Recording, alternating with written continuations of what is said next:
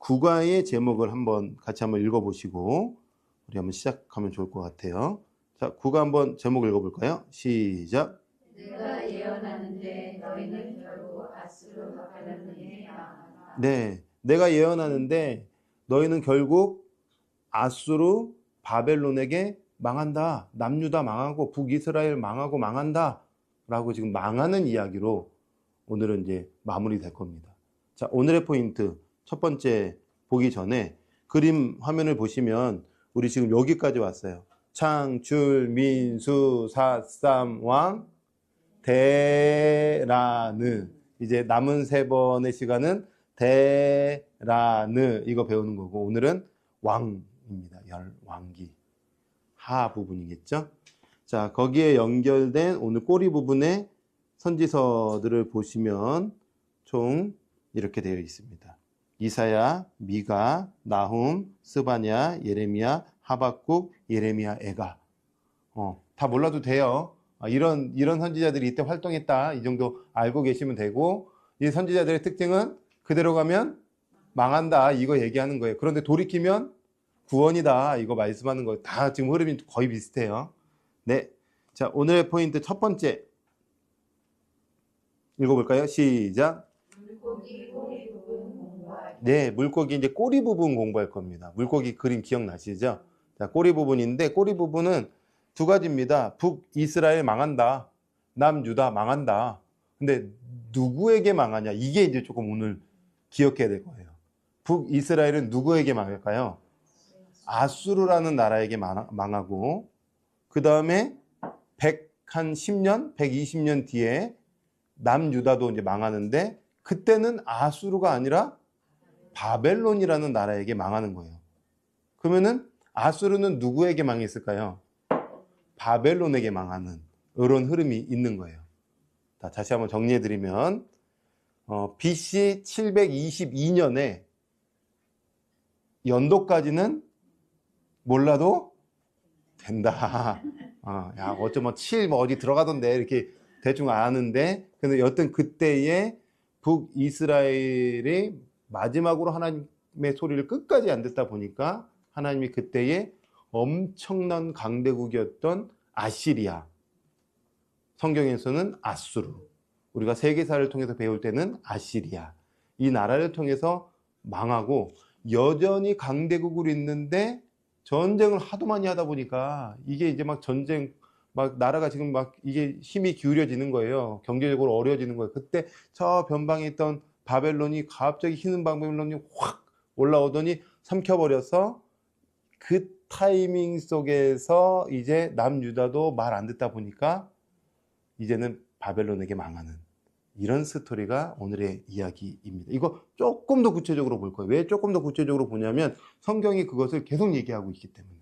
성경이 딱 보면 이 사람은 여기 아수르는 뭐고 갑자기 에사라또는 왜 나오고 이럴 수 있거든요. 그래서 그때 이 나라만 살짝만 이해도 이때 아수르의 이 왕은 이때 왕이구나. 바벨론의 이때 왕은 이때 왕이구나. 무로닥발라다는 이때는 또 이런 왕이었구나. 이게 이제 조금 감이 와요. 네. 자, 두 번째 포인트 한번 볼까요? 같이 읽어보도록 하겠습니다. 시작. 네, 망하는데 남방유다 꼬리 부분에 나타나는 예언서를 연결해야 되는데 누가 나오죠? 이사야, 미가, 나훔, 예레미야, 스바냐, 하박국. 그래서 앞에 두 사람 나오죠?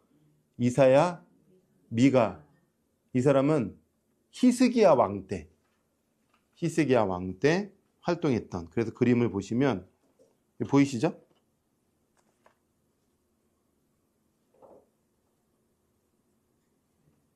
지금 우리는 꼬리 부분 배우고 있고요.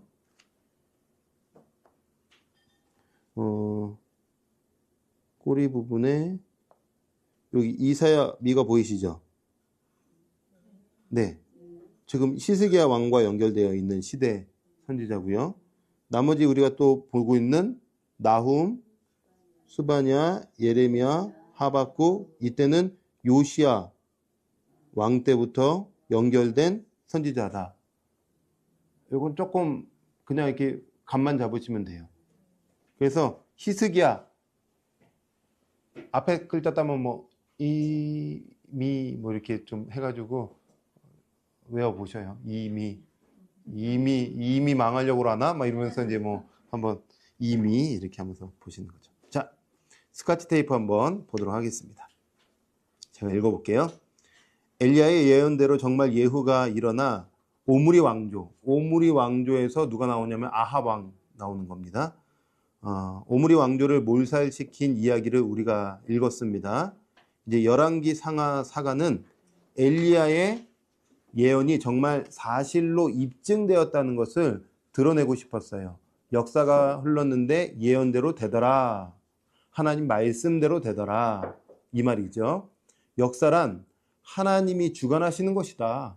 우리의 힘과 우리의 어떤 능력으로 되는 것이 아니다. 강대국이, 저 믿지 않는 강대국이 저렇게 활개를 치는 것도 다 하나님의 허락하심 속에 있다. 열왕기 스토리 몸통 부분에서 멍석을 깔아 앉아 이것을 큰 소리로 말하는 사람들이 예언자라 이 말입니다. 자, 이제 그 이후 스토리는 어떻게 흘러갈까요? 아합처럼 한다면 아합처럼 망한다. 이거 좀 제발 들으라는 겁니다. 제발. 간단한 이야기죠. 다윗의 길로 가면 축복이다. 그게 모델이다. 그 길로 가라. 제사장 나라다. 그러나 아합의 길로 가면 망한다. 섞이지 마라. 하나님만 의지해라. 그런데 어떻게 되었을까요? 안타깝게도 이 다윗으로 시작됐던 이 왕조 나라가 결국에 망하는 역사입니다. 북쪽 나라 이스라엘은 아수르가 쳐들어와서 정말로 망해버렸고 쌍망했어요. 망한 게 그냥 쌍망했어요. 그 다음에 남쪽 나라도 아수르한테 괴롭힘을 당하다가 결국에 바벨론한테 망해버립니다. 이렇게 왕사의 끝은 뭐죠? 멸망입니다. 망하는 이야기입니다. 실제로 망해가는 스토리 속에서 정말 엘리야 같은 선지자들이 계속 나타나는 거예요. 계속. 선지자들이 떴다 하면은 결국 좋은 건 아닙니다. 그죠? 사사시대 사사들이 떴다 하면 좋은 게 아닙니다. 사사는 뜨면 안 돼요.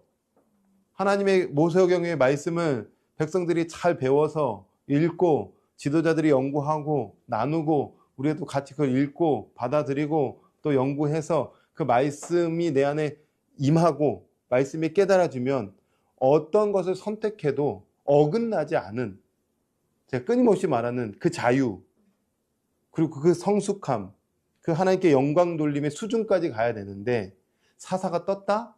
그럼 잘 못 가고 있는 거예요.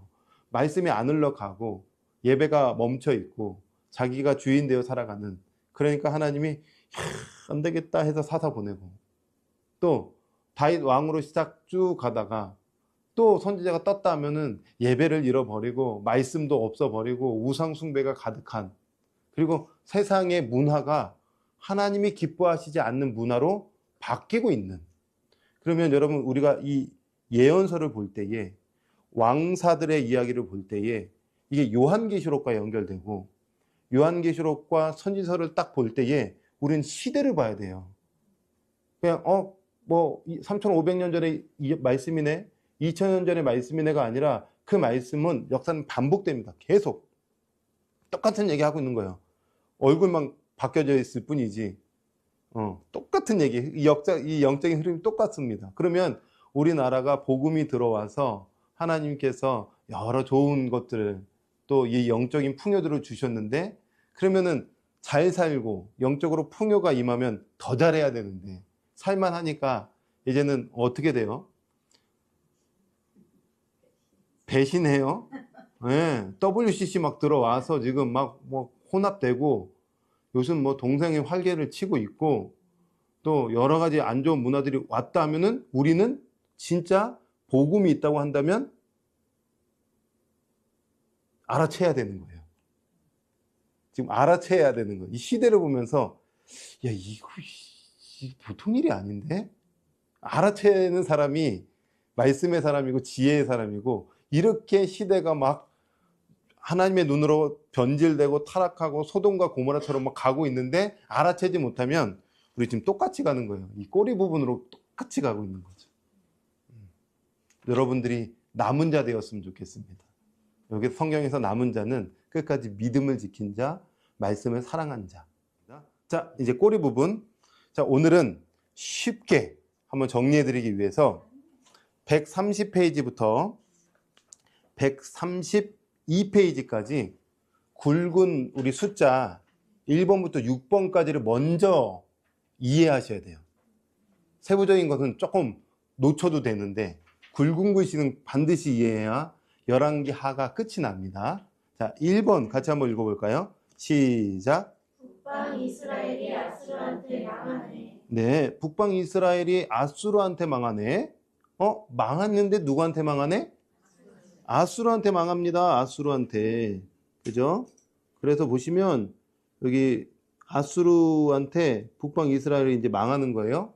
망할 때 마지막 왕은 기억 못해도 되는데 기억한다면 그 사람은 호세아입니다. 호세아라는 사람이 어떤 사람이 있어요. 우리 사실 막 그렇게 성경도 그렇게 주목하지 않아요. 아합 왕 이후에 그냥 배경 처리한 사람들처럼 5절, 5절로 끝나고 막 6절로 끝나고 저기 아합의 길로 갔어, 여로보암의 길로 갔어, 끝. 이렇게 그냥 그렇게 배경 처리해요. 그럼 우리도 거기에 막 깊게 볼 필요까지는 없는 것 같아요. 네, 그냥 그렇구나. 망했다. 망했는데 아직 왕사는 끝이 안 났습니다. 왕의 스토리는. 그래서 밑으로 내려와서 보는 겁니다. 자, 2번. 우리 131페이지에 2번 굵은 글씨 한번 읽어볼까요? 시작. 열왕기 사가가 북이스라엘에서 남유다로 주인공을 바꾸네. 주인공을 바꾸네. 지금 화면을 보셔야 돼요. 이거 질문 아마 다들 속으로 하셨을 텐데 여기 지금 위에는 선이 어때요? 좀 굵죠? 밑에는 얇죠? 왜 굵고 여기 왜 얇을까요? 지금 중점적인 강조 이거예요. 그러니까 지금 열왕기 상하 속에서 솔로몬의 1장부터 11장까지 솔로몬 이야기 쭉 강조되다가 지금 남북이 갈라졌어. 근데 남북이 갈라졌는데 열왕기 사가는 지금 남쪽 얘기 안 하고 북쪽 이야기를 지금 계속 중심적으로 하고 있어요. 여로보암 얘기를 하고 있고 여로보암아 너 지금 솔로몬 못했으니까 너가 잘해. 그런데 얘도 잘 못해요. 그래서 쭉 왕사가 흘러가다가 오므리 왕조 때 대표적인 사람 아합이 나와서 아합이 거의 그냥 다 잡아먹어요. 지금 열왕기 상하 이야기를. 그래서 아합 왕 이야기를 쭉 가다가 사가가 여기서 끝이 나고 끝났어가 아니라 이제는 밑으로 내려오니까 남유다 지금 왕들이 남았네. 그럼 남유다 왕들이 어마어마한 왕들 이야기를 마무리 짓고 있는 거예요. 그래서 굵은 줄이에요. 이해가 되시죠? 자, 그러면 번외로 열왕기 상하 다음으로 나오는 성경은 역대기입니다. 역대상, 역대하. 이것도 왕들의 이야기가 잘 담겨져 있습니다. 그런데 역대기, 그러니까 우리가 다음 시간이죠. 대라느니까. 그런데 이 역대기는 왕들의 이야기뿐만 아니라 처음부터 이야기가 나와요. 그래서 아담, 그 다음에 셋, 이런 식으로 족보 이야기가 쭉 나오다가 이제 왕들의 이야기로 나중에 쭉 펼쳐지거든요. 근데 그 왕들의 이야기는 그 핵심이 북방 이스라엘 왕들일까요? 남유다 왕들일까요? 그렇죠. 거기는 남유다 중심의 왕사 이야기가 흘러가는 거예요. 똑같은 왕들의 이야기인데 열왕기 상하는 북쪽을 조금 주목했고 역대기는 남쪽의 왕들, 다윗의 왕조를 주목해서 기록하고 있습니다. 왜냐하면 그 역대기를 기록한 사람이 학사, 제사장 에스라입니다. 에스라가 기록한 것은 포로가 귀환했을 때에 너희가 어디로부터 시작됐는지 뿌리를 알아라. 그 뿌리를 강조하기 위해서 하나님이 아담으로부터 시작해서 여기까지 우리 민족을 이끌어 오셨다라는 그 뿌리, 언약 백성, 하나님의 백성, 하나님의 나라가 지금까지 어떻게 흘러왔는지 그 정체성을 알려주기 위해서 역대기는 남쪽입니다. 근데 우리는 지금 열왕기 상하 중심으로 보고 있기 때문에 위쪽 부분 지금 공부하고 있는 거예요. 나중에 왕들을 볼 때는 이 역대기랑 같이 이렇게 해서 이렇게 보면은 좋아요. 성경이 열왕기 뭐 하의 왕 나오면 그 가로 열고 역대기 뭐 30 뭐 몇 장 몇 절 몇 이렇게 나와요. 아, 그 왕들이 같이 나오는구나. 이렇게 이해가 될 수 있겠죠? 자, 여튼 2번 열왕기 사가가 북이스라엘에서 남유다로 주인공을 바꾸네. 그래서 3번 읽어볼까요? 시작. 남유다의 와보니 히스기야 왕이네. 4번입니다. 시작. 아, 그래서 히스기야 왕 때도 등장하는 나라가 아수르구나. 자, 5번입니다. 다음 페이지에 5번 읽어볼까요? 시작. 아수르가 바벨론한테 망하네. 6번입니다. 마지막이죠. 남유다도 바벨론한테 망하네. 이렇게 열왕기 상하의 하쪽 꼬리 부분이 이렇게 끝이 납니다. 1번부터 6번만 이해하시면 돼요. 아, 북방 이스라엘이 아수르한테 망하네. 그래서 사가가 북이스라엘에서 남유다로 주인공을 바꾸네. 남유다에 와보니까 주인공이 히스기야네. 아, 그래서 히스기야 왕 때도 등장하는 나라가 아수르구나. 근데 시간이 흘렀어요. 한 100년 넘게 한 110년 흘렀더니 아수르가 바벨론한테 망하네. 남유다도 바벨론한테 망하네. 어렵지 않죠? 자, 이거 둘씩 짝져서 1번부터 6번까지 한번 안 보고 해보시는 걸로. 안 보고 해보시고, 만약에 너무 어렵다 보고 하시는 걸로. 네, 한번 해보세요. 자, 안 보면 더 좋습니다. 네. 자, 그러면 우리 한번 지난 시간 또 오늘까지 흐름 한 번만 딱 정리하고 이제 가실까요? 우리가 열왕기 상하. 자, 열왕기 상하는 망하면 안 되고 열왕기 상하는 중요하다. 왜? 시가서 3권, 예언서 12권, 총 15권의 종속 목록을 거느리고 있으니까. 그런데 쉽다. 왜? 사가의 관점만 알면 되니까. 3가지죠. 첫 번째는 솔로몬 이야기, 남북이 갈라지는 이야기. 두 번째는 아합 왕 이야기. 세 번째는 망하는 이야기. 어떻게 망할까요? 1번. 북방 이스라엘이 아수르한테 망하네. 2번. 열왕기 사가가 북이스라엘에서 남유다로 주인공을 바꾸네. 3번. 네, 남유다에 와보니 히스기야 왕이네. 4번. 아, 그래서 히스기야 왕 때도 등장하는 나라가 아수르구나. 3, 4번이 조금 헷갈립니다. 그 다음에 5번, 6번 쉬워요. 자, 5번. 아수르가 바벨론한테 망하네. 6번. 남유다도 바벨론에게 망하네. 이렇게 됩니다. 자, 네. 지금 너무 잘하셨어요. 이게 진짜 어려운 거거든요. 지금 열왕기 상하 지금 역대기까지 다 정리된 거예요. 끝났어요 지금. 예, 가야 되긴 하는데 그래도 조금만 더 보고, 네. 한 번 더 하면은 이제 또 지치니까 이제 근데 넘어갈게요. 자, 이제 구체적으로 조금만 한번 성경과 함께 확인하면서 마무리 지어 보시죠. 자, 130페이지에 보면 북방 이스라엘이 아수르한테 망한다. 네. 그 성경이 그렇게 나오고요. 자, 1번, 방가로 1번에 아합의 스토리 이후에 역사를 정리하는 것은 나머지 왕들은 배경 처리로 끝났다 이런 뜻이에요. 거기 한번 그렇게 적으셔도 되는데 나머지 왕은 배경 처리로 끝난다. 주님이 그렇게 주목하시지 않는다. 다 아합의 길로 갔다 뭐 이런 뜻이에요. 네, 배경 처리로 끝나는 북이스라엘의 왕들.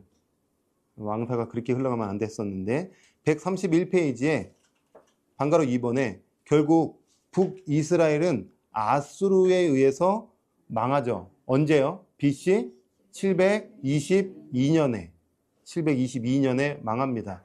말씀 한번 확인해 보면 좋겠는데요. 우리가 열왕기하 17장 한번 열어보시죠. 눈으로 확인만 하고 넘어갈 겁니다. 열왕기하 17장 6절. 17장 6절. 자, 6절을 제가 한번 읽어볼게요.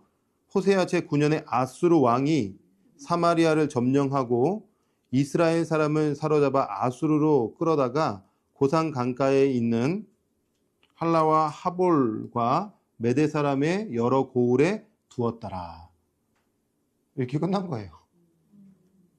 잠깐 보실까요? 그림을 보시면 이 아수르가 당시의 제국입니다.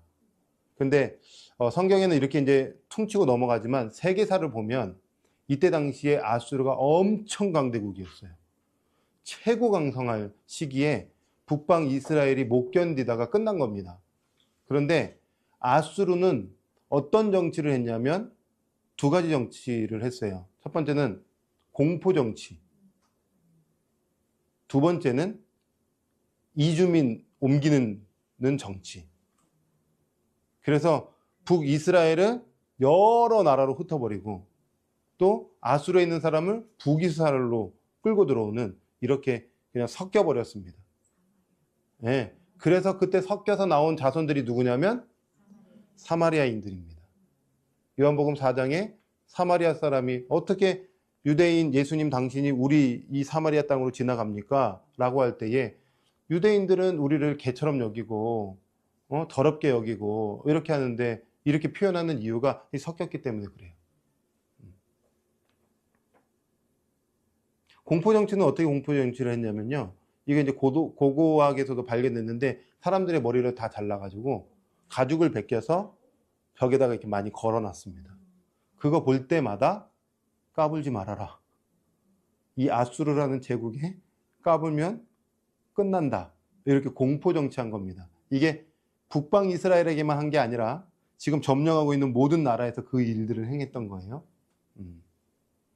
그렇게 아수르가 아주 잔혹하고 잔인했었어요. 그래서 131페이지에 양거로 2번에 아수르 제국을 들여다보면 동그라미 1번 첫 번째는 아수르는 이스라엘에 들어와서 피가 섞입니다. 그 섞인 사람들이 누구라고요? 그렇죠. 사마리아 사람들. 그래서 북방 이스라엘이 어느 나라에 망했죠? 아수르에게 망했죠. 아수르에서 망했는데 놀라운 건 뭐냐면 북방 이스라엘이 그냥 사라져버려요. 등장하지 않아요. 남유다는 포로로 끌려갔다 다시 돌아오긴 하는데 얘네들은 이제 등장하지가 않아요. 성경에서 이제 사마리아 사람으로 이렇게 등장할 정도로. 그래서 3번에 북이스라엘의 역사는 성경 속에서 사라집니다. 더 이상 역사 기술하지 않아요. 19명의 왕이 얼마나 하나님을 업신 여겼고 우상숭배했는지 그냥 하나님 흔적조차 없을 정도로 그냥 다 무너뜨려 버릴 정도로. 우리가 말씀을 들으면 깨달아야 되고 깨달아야 되면 행동해야 됩니다. 그래서 누가복음의 저자인 누가, 사도행전의 저자인 누가는 이 두 복음서와 행전서를 기록하면서 굉장히 강조하는 게 뭐냐면 행동하는 그리스도인이 되라. 이 핵심이에요. 사도행전의 핵심은 뭐 열방에 가서 복음 전했다. 이것도 우리가 볼 수 있지만 진짜 말하고 싶은 핵심이 뭐냐면 행동하는 그리스도인이 되라. 실천하는 그리스도인이 되라. 말씀을 깨닫고 멈추지 말고 살아내라. 하나님을 왕으로 모셔라. 주머니의 주인이 네가 아니다. 물질의 주인이 네가 아니다. 물질의 주인은 나다. 왜 제가 계속 물질을 많이 얘기하냐면 지금 시대가 그래서 그래요. 시대가 계속 우리의 눈을 가리워요.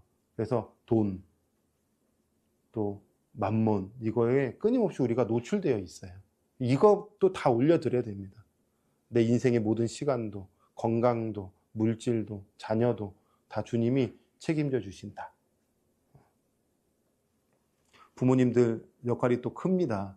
왜냐하면 우리가 어떻게 신앙교육하냐에 따라서 멋진 자녀들이 또 나오기 때문에 말씀 알고 또 교육도 잘해야 됩니다. 네. 자, 2번. 이제 열왕기 사가는 북방 이스라엘이 망했기 때문에 남유다로 주인공을 바꾸기 시작하죠. 그래서 4번에 보면 그래서 히스기야 왕 때도 등장했던 거대 제국 어떤 나라죠? 아수르였어요. 이게 굉장히 파워가 셌습니다. 그래서 예루살렘까지 쳐들어왔어요. 아수르가. 그때 이제 우리 성경에 한번 잠깐 볼까요? 열왕기 하 18장.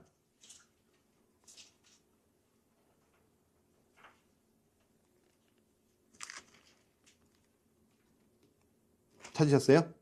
자, 1절에 보시면 이스라엘의 왕 엘라의 아들 호세아 제3년에 유다 왕 아하스의 아들 누구죠?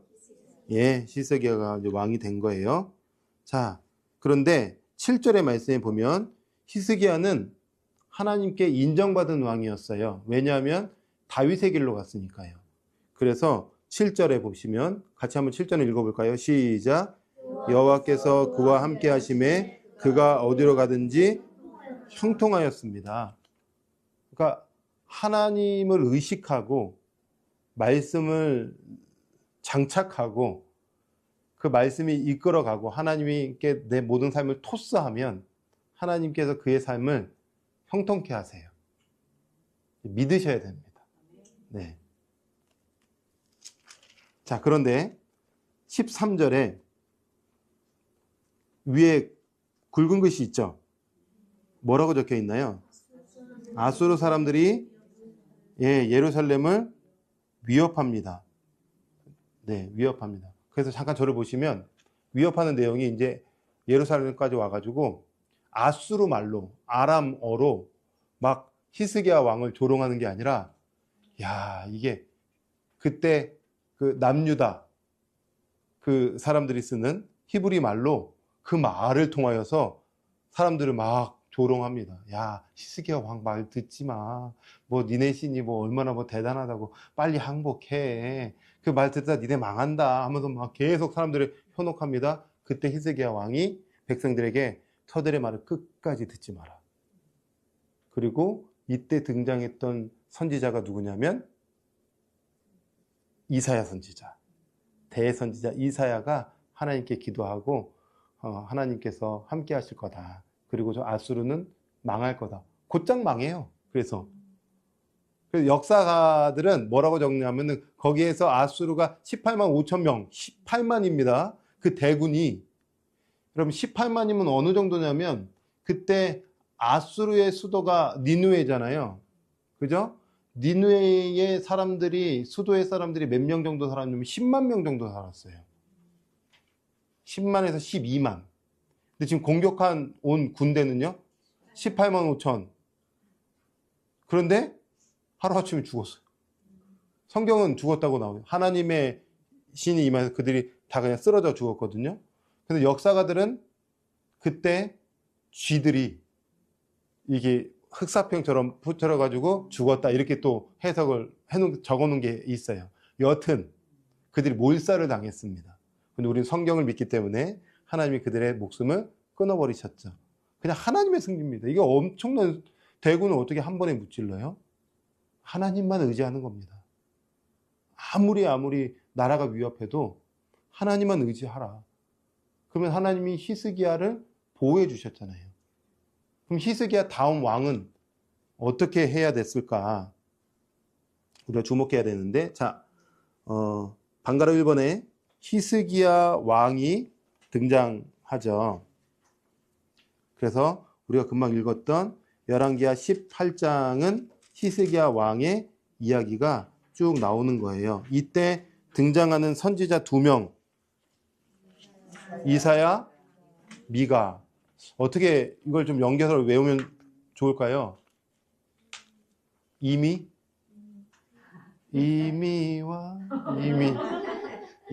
히스기야랑 잘 연결된 선지자들, 이미 히스기야랑 잘 연결된 선지자 이사야, 미가, 이 선지자들은 심판하시나 구원하시는 하나님, 이것을 말하고 있어요.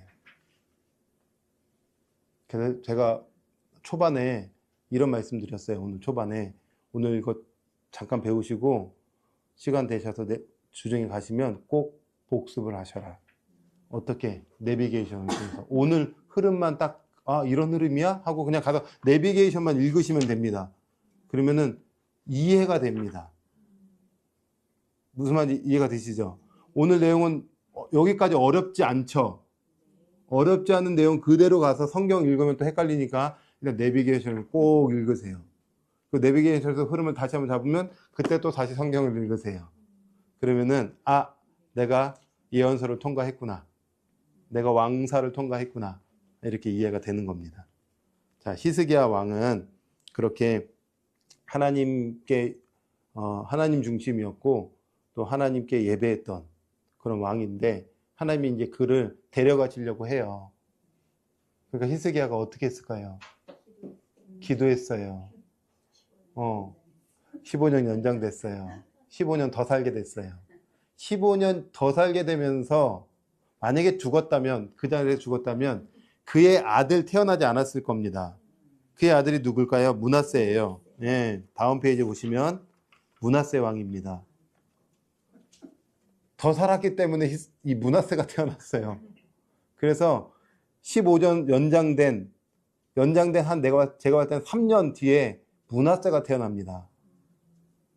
그리고 15년 뒤에 죽었을 때에 므낫세는 12살에 왕이 돼요. 그런데 이 왕은 어떤 왕이었을까요? 못된 왕. 어떻게 못됐을까요? 55년, 최장수 그것도 55년 동안 하나님 55년 동안 기회를 준 거예요. 네, 55년 동안. 여러분 우리의 인생은 전부가 구원의 날입니다. 구원의 기회를 주시는 날이에요. 구원의 기쁨을 누리는 날로 하나님께서 우리에게 주셨습니다. 그래서 이 사람이 아직도 복음을 몰라? 그런데 연장됐어? 그러면 그냥 연장된 게 아니라 구원의 기회를 계속 주고 계시는 거예요. 돌아와라, 돌이켜라, 복음을 경험해라, 영생을 누려라. 그러면 므낫세 55년의 기간은 돌아올 수 있는 기회입니다. 므낫세 돌아왔을까요? 안 돌아왔을까요? 제가 대답할게요. 돌아왔을까요? 안 돌아왔을까요? 돌아왔어요. 마지막에는 돌아왔어요. 그런데 55년 동안 그가 한 게 있습니다. 그가 한 행동이 있어요. 아합의 일을 똑같이 했습니다. 전 그냥 지역을 그냥 바알과 아세라를 막 국토화시켜버리고 자기 자녀를 그 길로 지나가게 해버리고 완전히 최악의 왕인데도 마지막에 돌이키니까 하나님이 또 구원해 주세요. 우리 하나님의 사랑이 얼마나 위대합니까? 여튼 므낫세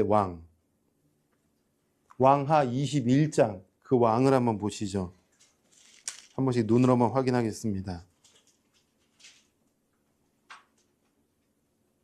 왕하 21장, 열왕기 하 21장.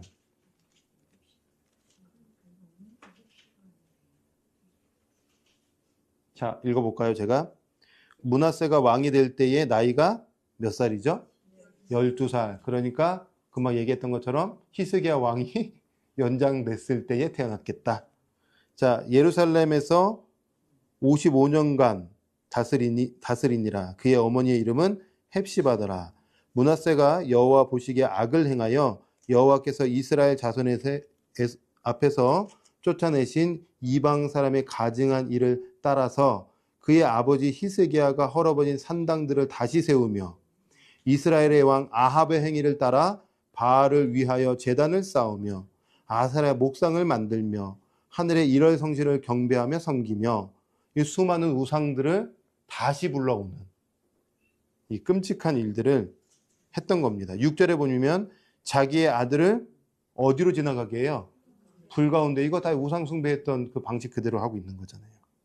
주술, 신적, 박수 뭐 이런 분들 다 초대해가지고 그냥 전국토화 시켜버리는. 그래서 이때 하나님이 이제 완전히 확정지셨어요.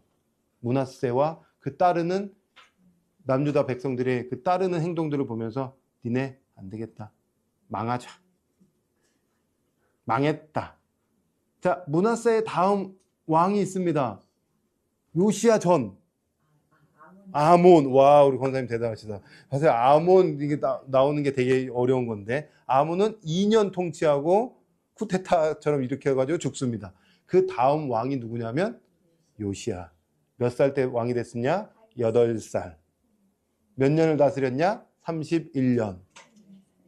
39살에 그가 인생을 마감합니다. 그런데 역대급 왕입니다. 좋은 왕으로, 나쁜 왕으로? 좋은 왕으로, 좋은 왕으로. 역대급 왕. 엄마 교육 잘해서 그래요. 근데 헵시바도 좋은 이름이잖아요. 좋은 이름이잖아요. 네. 히스기야 아빠하고 그 정말 좋은 관계에서 났는데 네. 어떻게 이렇게 이름만 좋을 수도 있고 이름만 좋을 수도 있어요. 아, 성경에 그런 경우가 그걸 못 봤나? 아니 부모가 이제 하는 거 많이 보잖아요. 네. 히스기야 왕이 이제 아프고 그러는 거 지나서 한 거라 얘는 그걸 못 봐서 그렇게 됐을까요? 그냥 우리가 좀 상상할 수는 있어요. 어떤 상상할 수 있냐면 자기 목숨이 끝날 것 같으니까 히스기야 왕이 하나님 배 정말 벽에다가 막 통곡하면서 기도했더니 하나님이 그래?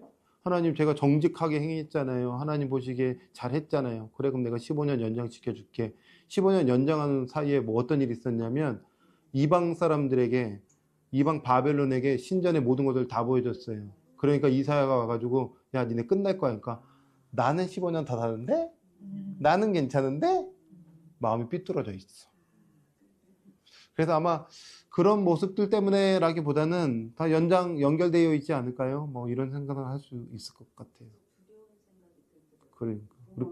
맞아요. 그런 것도 있겠지만 그 아합처럼 강대국을 만들고 싶은 욕망이 있을 수도 있잖아요. 그럴 수도 있죠. 네. 뭐 조금 더 얘기해 드리면 그때 바벨론은 볼품 없는 아수르의 속국과 같은 조그만 데도 불구하고 거기 와가지고 병 나았습니까? 대단합니다. 이거 기분 좋아가지고 다 보여주고. 그러니까 그때 이미 자기 목숨을 위해서는 하나님을 찾았지만 하나님이 명령하신 말씀 안에서 이방인이 보지 말아야 될 것들을 보게끔 하는 이 모든 것들은 자기의 중심과 자기가 드러나려고 했던 부분들이 분명히 있었겠죠. 네. 그러나 여튼 므낫세라는 증조 할아버지, 그 다음에 할아버지, 그 다음에 아몬이라는 아버지 밑에서 나온 요시야는 달랐습니다. 네. 그래서 참 뭐 여러 가지로 좀 해석할 수 있을 것 같아요. 하여튼 요시야는 8살에 왕이 되어서 다시 자기 할아버지가 세웠던 모든 우상을 다시 격파시키고 그 다음에 유월절을 정말 최선을 다해서 다시 올려드리고 하나님 말씀 속에서 옷을 찢고 회개하고 종교개혁을 완전히 일으켰던 왕이 요시야 왕이에요. 네. 자, 이제 요시야 왕 쪽으로 한번 정리를 한번 해보시죠. 5번에 보시면 아수르가 바벨론한테 망하네. 이거 그냥 퉁치고 넘어가도 됩니다. 성경은 지금 이거 그렇게 주목하지 않습니다. 110년 뒤에 망합니다. 이거 망하는 게 아수르가 북이스라엘 망하고 얼마 뒤에 망한 게 아니라 110년 뒤에 신흥 바벨론에 나보폴라살이라는 느부갓네살 들어보셨죠? 느부갓네살 들어보셨죠? 느부갓네살의 아버지 나보폴라살이라는 그 아버지가 지금 아수르를 전쟁했는데 이겨요. 이 힘이 막 이제 막강해지기 시작하는 거예요. 그러면서 이제 막 나라를 강성하게 만드는데 본인이 이제 좀 나이가 드니까 아들 느부갓네살이 등장하면서 어마어마한 이제 바벨론 제국을 만듭니다. 여기서 이제 바벨론 뭐 느부갓네살의 꿈도 나타나고 여러 가지 얘기가 나오지만 세계사 속에서 느부갓네살은 대단한 왕이에요. 엄청난 왕입니다. 정치, 경제, 사회, 문화 모든 것에서 탁월했던 그러니까 세상 관점에서 굉장히 탁월했고 그때 끌고 갔던 누구죠? 누가 끌려갔죠? 다니엘도 끌려가고 에스겔도 끌려가고 뭐 한 10,000명 이상 끌려갔던 수많은 그 탁월했던 인재들 데리고 바벨론 제국을 만드는데 그 제국을 나중에 보시면 어마어마합니다. 그게 이제 나중에 고고학에서 다 발견돼 가지고 영국 루브르 박물관, 뭐 프랑스 루브르 박물관 이렇게 다 그 가져갔잖아요. 문화가 대단했어요.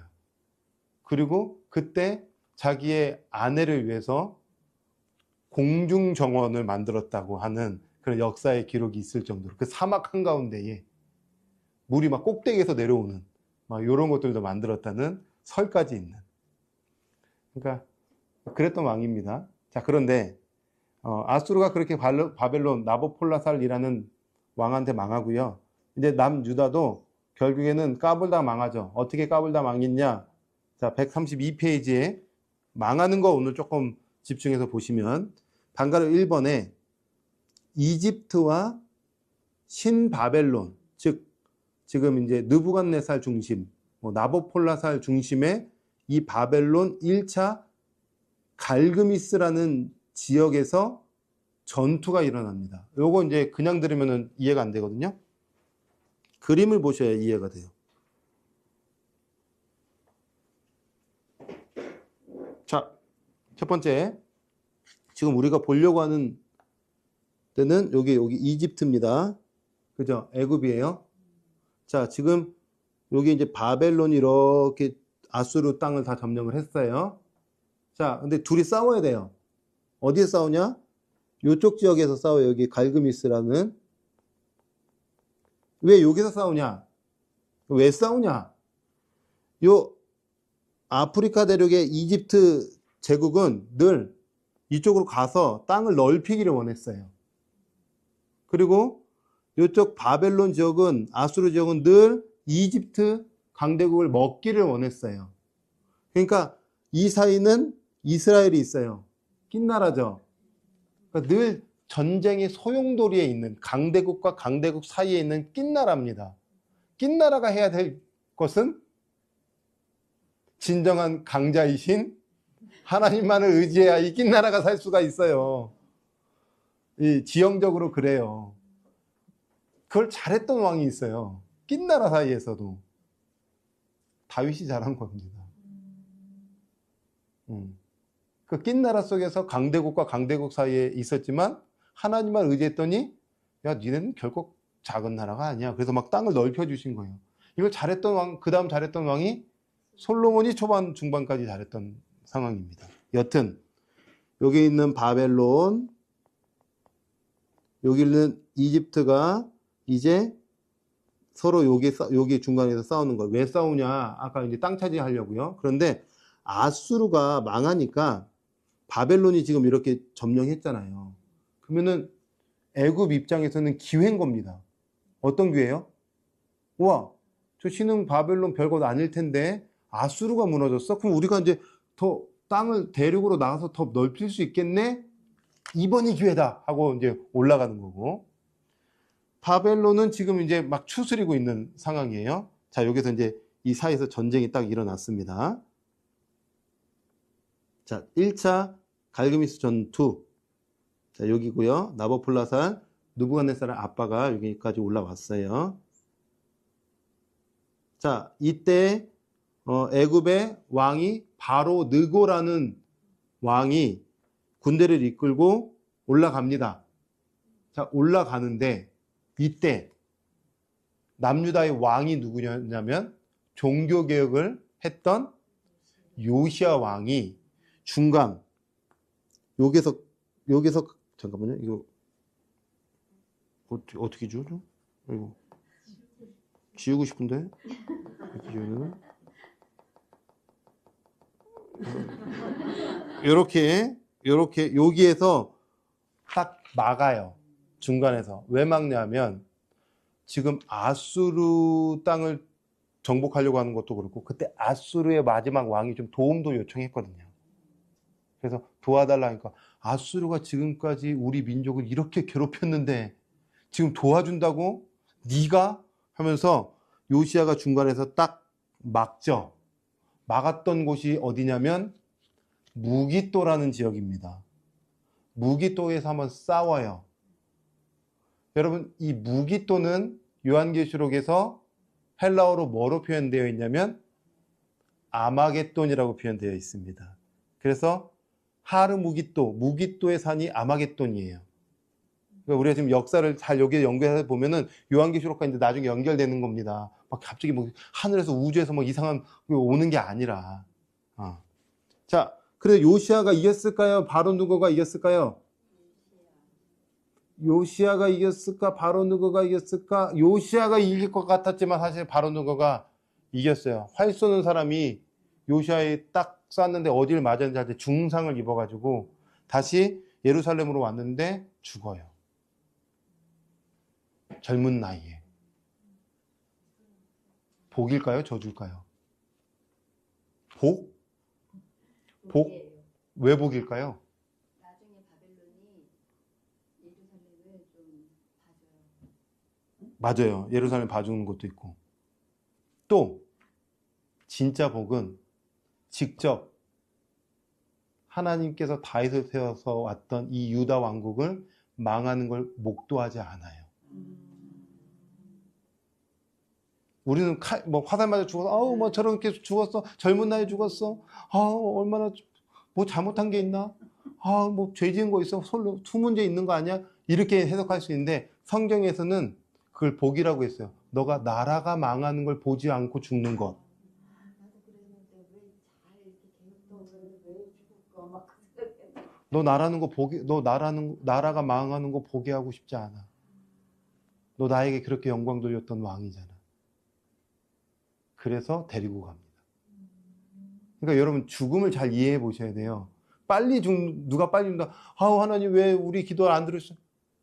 아니 주님 품에 빨리 가는 더 좋은 거죠. 사실은 하나님의 관점에서 보면 죽음을 하나님의 눈으로 잘 이해해야 되는 거예요.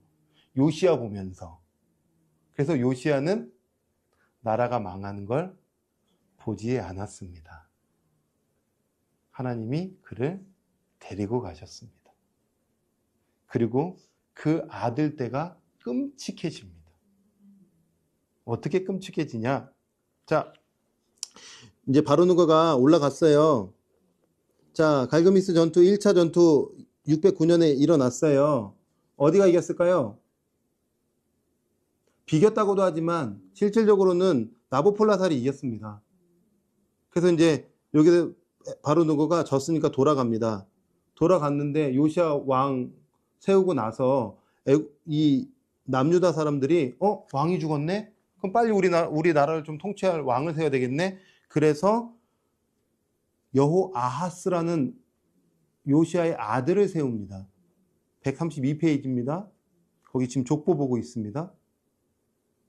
132페이지에 족보를 보시면 요시야 16대 왕, 그 다음에 여호아하스 17대 왕입니다.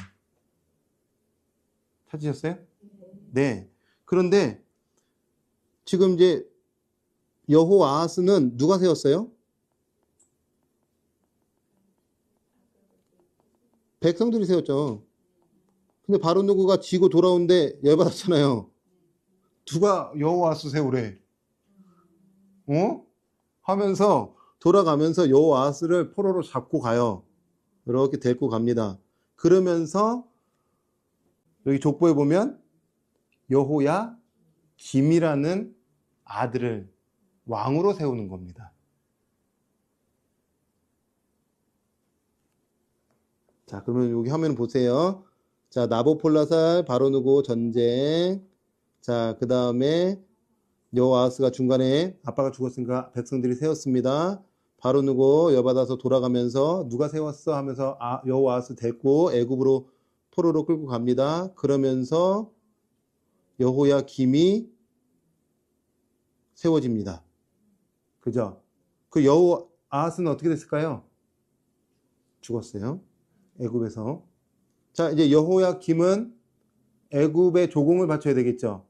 그죠? 그 눈치를 누굴 봐야 돼요? 누구는 아니요. 바벨론 아니고 아까 누가 왕을 세웠죠? 애굽의 바로 누구가 그죠? 왕을 세웠으니까 애굽 눈치 봐야 돼. 애굽 눈치 보고 있어야 돼. 그렇죠. 이제 나중에 그렇게 될 거예요. 자, 그런데 이제 143페이지 두 번째 또 전투가 일어납니다. 그죠? 자, 이번에 바로누가 열받아서 또 열받았어. 궁비를 다시 보강해서 다시 싸우고 싶어. 근데 내가 저 바벨론 나보폴라살만큼은 내가 무찌르고 싶은 거야. 근데 나보폴라살은 이제 없어. 그의 아들 느부갓네살이 지금 바벨론의 이 짧은 기간 속에 정권이 바뀌었습니다. 자, 바로누가 올라갑니다. 어디로 올라갈까요? 갈그미스로 한 번 더 올라가죠. 자, 이번에 누가 등장할까요? 느부갓네살. 자, 기다리고 있겠죠. 자, 바로누가 갔습니다. 자, 전쟁, 2차 전쟁 어떻게 됐을까요? 느부갓네살 승. 자, 그러니까 바로누가 도망가야 되겠죠. 자, 애굽까지 도망가면서 느부갓네살은 야, 지난번에 우리 아빠가 저기 그냥 그 갈그미스 전투하고 그냥 끝냈는데 니네 안 되겠어 하면서 지금 쫓아갑니다. 쫓아가면서 남유다 걸쳐 가야 되겠죠. 남유다의 지금 왕이 누굽니까? 눈치 보고 있었던 여호야김. 그리고 이집트 입구까지 느부갓네살이 쫓아가는 거예요. 이제는 여호야김은 그전에는 바로누고 눈치를 이렇게 보면서 조공받쳤는데 이제는 그 땅을 느부갓네살이 통치하고 있으니까 누구 눈치 봐야 됩니까? 그 땅은 어느 땅이죠? 바벨론. 이렇게 되는 겁니다. 자, 바벨론 눈치 보게끔 하면서 안 되겠다. 느부갓네살은 정책이 뭐냐면 각 나라의 모든 인재는 내가 다 데리고 갈 거야. 그러면서 이제 좋은 인재를 데리고 가요. 젊은 인재. 우리가 잘 알고 있는 다자로 시작한 사람입니다. 다니엘이 끌고 가는 겁니다. 이렇게 끌고 갔어요. 네. 이때 지금 다니엘이 활동할 겁니다. 이때 남유다에서 제발 하나님이 이사야 100년 전에 이사야를 통해서 그렇게 말씀하셨던 그 예언의 말씀 우리 망할 거라고 주님이 벌써 말씀하셨는데 그때 바벨론 따르라고 했으니까 바벨론 지금 통치하고 있으니까 바벨론에게 대항하지 말고 70년 있다가 우리가 돌아올 거니까 바벨론 얘기 들읍시다 라고 예레미야가 그렇게 본토에서 얘기해 줬어요. 잘 들었어요? 안 들었어요? 안 듣죠. 그래서 무대가 두 개로 마지막 이 꼬리 부분과 마지막 부분은 무대가 두 군데입니다. 한 군데는 예루살렘, 한 군데는 바벨론. 무대가 A, B로 이렇게 나중에 등장하는 거예요. 요거 헷갈리지 말라고. 자, 여기까지가 했는데 좀 복잡하죠? 좀 복잡하죠? 그래도 끝까지 한번 가다가 마지막 한번 정리해 줄게요. 자, 이런 상황 속에서 이제 여호야김은 여기 보면 18대 왕인 여호야김은 그동안 애굽 눈치 이렇게 보고 있었는데 느부갓네살 때문에 바벨론 이렇게 눈치 보고 있어야 되는데 바벨론 싫은 거야. 그러니까 다시 애굽이랑 손 잡고 다시 이 바벨론에서 벗어나고 싶어가지고 이렇게 벗어나려고 하는데 요거를 느부갓네살이 들었네. 그러니까 지금 거리가 뭐니까 느부갓네살이 직접 올 수는 없잖아요. 그러니까 주변 특공대, 암몬 이런 데서 특공대, 이 블레셋 주둔군, 블레셋 군사들이 블레셋이 아니라 바벨론 주둔군이 이렇게 있으니까 특공대 보냅니다. 까불지 마 해가지고 여호야김을 죽여야겠죠. 이제 죽여야 되겠죠. 까부니까. 그러면서 누가 세워질까요? 네, 그의 아들 여호야긴이 백성들이 왕으로 추대하는 거예요. 자, 그런데 지금 느부갓네살은 여전히 어디 있습니까? 바벨론에 여전히 있는 거예요. 이제 세 번째 또 공격해 들어와야 되겠죠, 그죠? 자, 그래서 134페이지에 여호야김 왕이 바벨론을 배신했더니 특공대 보내서 여호야김은 죽고 여호야긴이 왕이 됐는데 3차로 이제 느부갓네살이 다시 한번 공격해 오는 겁니다. 그러면서 이제 하는 얘기가 또 그거예요. 잘 들어보세요. 야, 여호야긴 누가 왕으로 세웠어? 니네가 세웠어? 까불지 마. 하면서 여호야김을 포로로 이제 데리고 가면서 그때 세워진 왕이 누구냐면 시드기야 왕이에요. 시드기야 왕은 요시야의 막내 아들과 같은 아들입니다. 족보에 보면 그렇게 되죠? 그러면서 여호야긴을 포로로 이렇게 데리고 갑니다. 데리고 가는데 그때 또 데리고 간 사람이 있어요. 아까는 다니엘 데리고 갔는데 성경에 또 선지자 한 명 데리고 갑니다. 누구 데리고 갈까요? 에스겔 데리고 가는 거예요. 에스겔. 2차 포로로 에스겔을 데리고 갑니다. 그래서 무대 A에는 어떤 선지자가 활동하고 있냐면 예레미야. 바벨론에는 누가 데리고 가고 있냐면 누가 지금 예언자로 활동하냐면 다니엘과 에스겔 이렇게 활동을 두 무대로 하고 있는 중이다. 그러면서 망한다. 시드기야가 또 까불거든요. 또 애굽 편에 들려고 그래. 그렇게 예레미야가 얘기했는데 또 애굽 편 들려고 하는 거예요. 그러니까 이제 죽죠. 두 눈 뽑히고 두 아들 다 죽고 그 자리에서 이렇게 됩니다. 그런데 번외로 끌려간 여호야긴 왕은 말년에 풀려납니다. 그래서 바벨론에서 왕과 식사하면서 지내요. 되게 잘 호의를 베풀어 주거든요. 그 이유 중에 하나가 바로 다니엘 때문입니다. 다니엘이 우리가 이제 다니엘에서 보면 꿈을 해석해주고 막 이러잖아요. 좋은 영향력을 잘 펼쳤어요. 믿음의 영향력, 선한 영향력. 그 영향력으로 인해서 포로로 잡혀갔던 유대인들이 되게 잘 살아갑니다. 괜찮게 삽니다. 하나님이 바벨론 갔다고 해서 막 되게 막 죽을 정도로 고생시키는 게 아니라 거기서 좀 잘 살게 해줘요.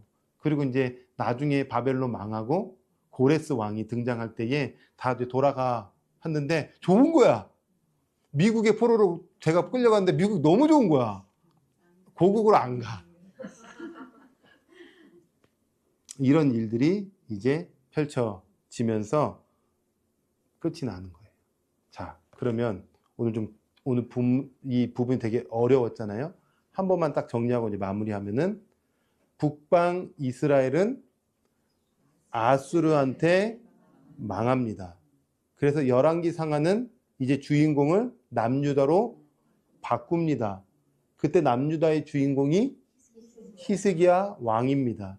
히스기야 왕 때도 여전히 강대국으로 있었던 나라는 아수르입니다. 100년 뒤에, 110년 뒤에 이 아수르는 바벨론에게 망합니다. 이 바벨론을 망하게 했던 왕이 느부갓네살의 아버지인 나보폴라살이라는 사람입니다. 그때에 아수르가 도움을 요청했는지 아니면은 어떤 일들이 있었는지 애굽의 바로 느고가 갈그미스로 올라가서 이때 바벨론과 1차 전투를 합니다.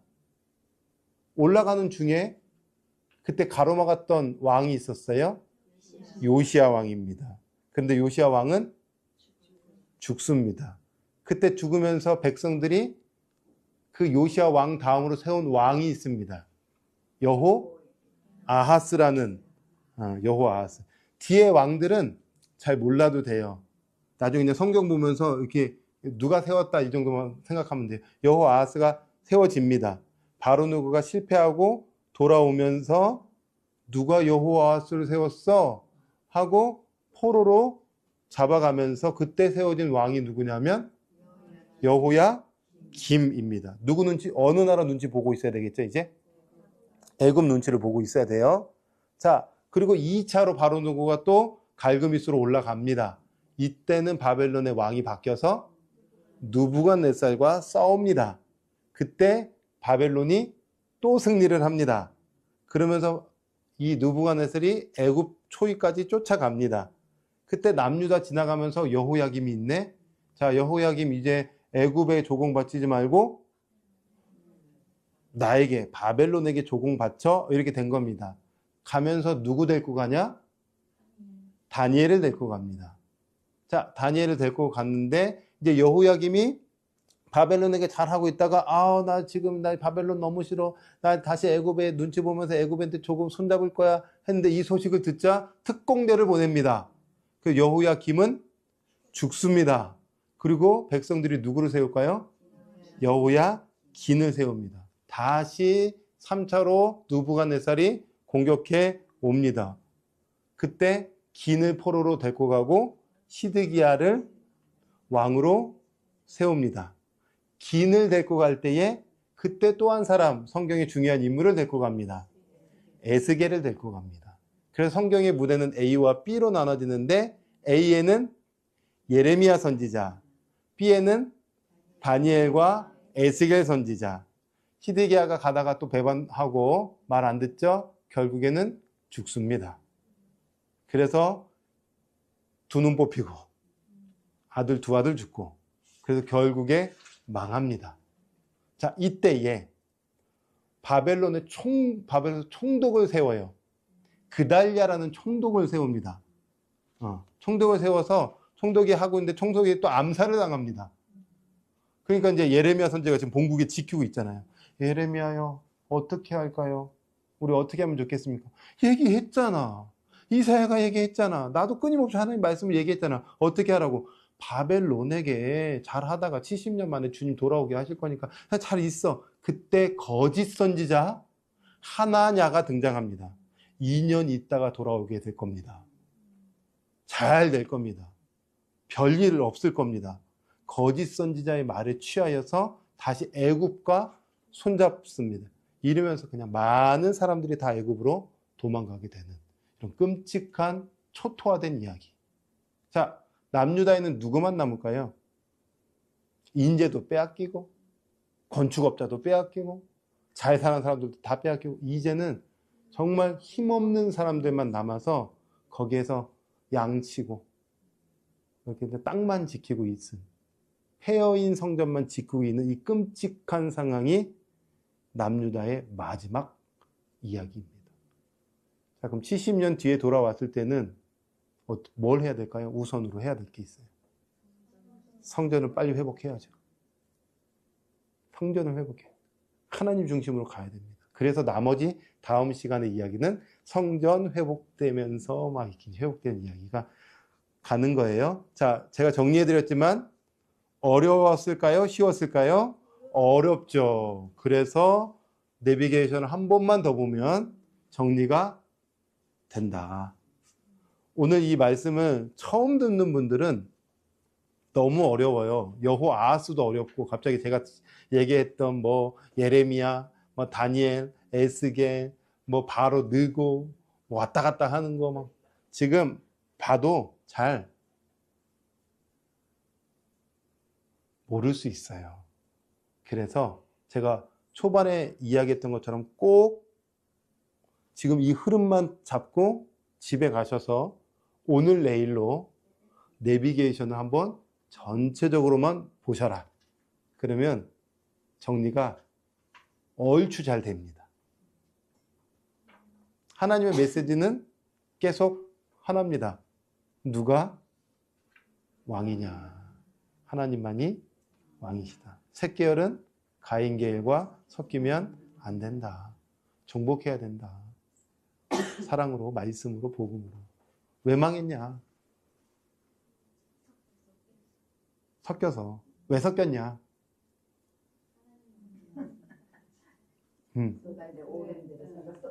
이게 옳은 대로 살아서. 그렇죠. 그 성경에서 또 얘기하고 있어요. 나중에 여러분 열왕기 상하를 또 보세요. 그거 또 얘기하고 있는 거예요. 지도자가, 장로들이, 말씀을 맡은 자들이 어른들이 말씀을 연구를 안 했다. 잘 안 가르쳐줬다. 그것도 얘기합니다. 성경에서. 그런데 요시야는 성전을 수리하면서 율법책을 발견하죠. 신명기서를 발견해서 그 신명기 말씀이 들어오니까 회개운동이 일어나고 우상을 척파할 수 있는 힘이 생기고 다시 옳은 길로 갈 수 있었던 거예요. 어떻게 그렇게 될 수 있었을까? 말씀이. 그래서 신앙생활은 제가 이제 애실 사모님의 말씀 그대로를 빌려서 말씀드리면 신앙생활은 성경 공부하는 거다. 말씀 공부하는 거다. 말씀을 열심히 공부하는 이유가 거기 있는 겁니다. 예. 뭐 맨날 뭐 말씀 공부합니다. 해야죠. 알아야죠. 알아야 질문도 하죠. 알아야 하나님의 깊이를 알 수 있죠. 모르는데 어떻게 하나님을 안다고 말할 수 있고 깊어질 수 있겠습니까? 기도 실컷 해보십시오. 성경에서 하나님 모르면은 그 기도는 다 자기의 유익을 위해서 기도하는 경우가 많습니다. 하나님 옵션으로 다 주신대요. 우리는 하나님 아는 것에 힘쓰면 되는 거죠. 자, 오늘은 여기까지입니다.